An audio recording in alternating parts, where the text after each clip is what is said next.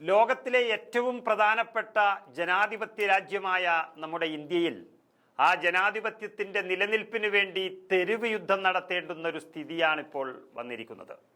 ശരിക്കും പറഞ്ഞാൽ പ്രതിപക്ഷത്തിൻ്റെ ഗതികേട് എന്ന് തന്നെ പറയേണ്ടി വരുന്നു. പക്ഷെ അതിനിടയിൽ വന്നിരിക്കുന്ന പ്രധാനപ്പെട്ട ഒരു സുപ്രീം കോടതി വിധി വലിയ ആശ്വാസമായിരിക്കുന്നു. വോട്ട് കവർച്ചയ്ക്കും തെരഞ്ഞെടുപ്പ് കമ്മീഷന്റെ അഴിമതിക്കുമെതിരായ കോൺഗ്രസിന്റെ പോരാട്ടത്തിന് കരുത്തു പകരുന്നതാണ് ബീഹാർ വോട്ടർ പട്ടിക തീവ്ര പരിശോധനയ്ക്കെതിരായ കേസിലെ സുപ്രീം കോടതി വിധി എന്നാണ് കോൺഗ്രസ് പറഞ്ഞിരിക്കുന്നത്. അതിൽ കേരളത്തിന് കൂടി അഭിമാനിക്കാനുണ്ട്. ഹർജിക്കാരൻ കൂടിയായത് AICCയുടെ സംഘടനാ ജനറൽ സെക്രട്ടറി KC വേണുഗോപാലാണ്.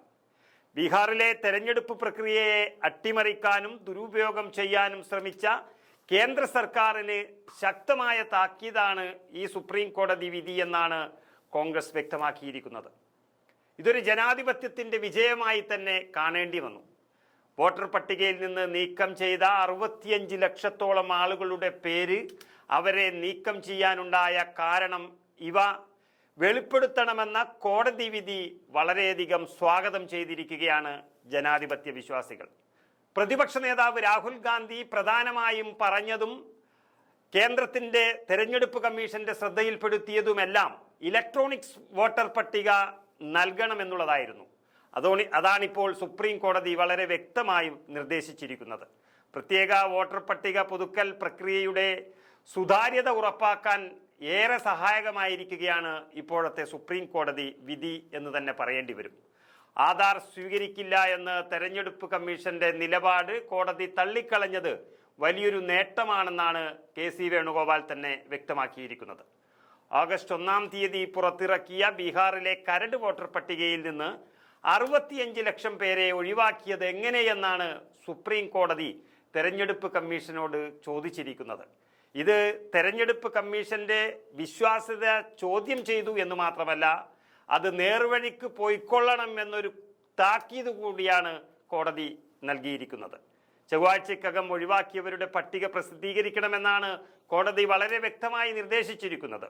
ബീഹാറിൽ ഏറ്റവും കൂടുതൽ പ്രചാരമുള്ള പത്രങ്ങളിൽ ആ പട്ടിക പ്രസിദ്ധീകരിക്കുന്നത് സംബന്ധിച്ച പരസ്യവും നൽകണം. അതുപോലെ ദൂരദർശനിലും റേഡിയോ ചാനലുകളിലും ഇത് സംബന്ധിച്ച പ്രക്ഷേപണം വേണമെന്നും നിർദ്ദേശത്തിൽ പറയുന്നു. ജില്ലാ ഇലക്ടറൽ ഓഫീസർമാരുടെ സമൂഹ മാധ്യമ അക്കൗണ്ടുകളിലും അറിയിപ്പ് പ്രസിദ്ധപ്പെടുത്തണം. കോടതിയുടെ നിർദ്ദേശങ്ങൾ തെരഞ്ഞെടുപ്പ് കമ്മീഷൻ അംഗീകരിക്കുകയും ചെയ്തിരിക്കുന്നു.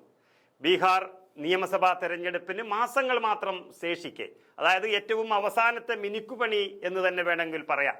അത്തരമൊരു സന്ദർഭത്തിൽ തെരഞ്ഞെടുപ്പ് കമ്മീഷൻ നടത്തുന്ന ഈ വോട്ടർ പരിശോധനാ പ്രക്രിയയെ ചോദ്യം ചെയ്തുകൊണ്ട് സമർപ്പിച്ച ഹർജികൾ പരിഗണിക്കവെയായിരുന്നു സുപ്രീം കോടതി ഈ സുപ്രധാനമായ തീരുമാനത്തിലേക്ക് കടന്നത്.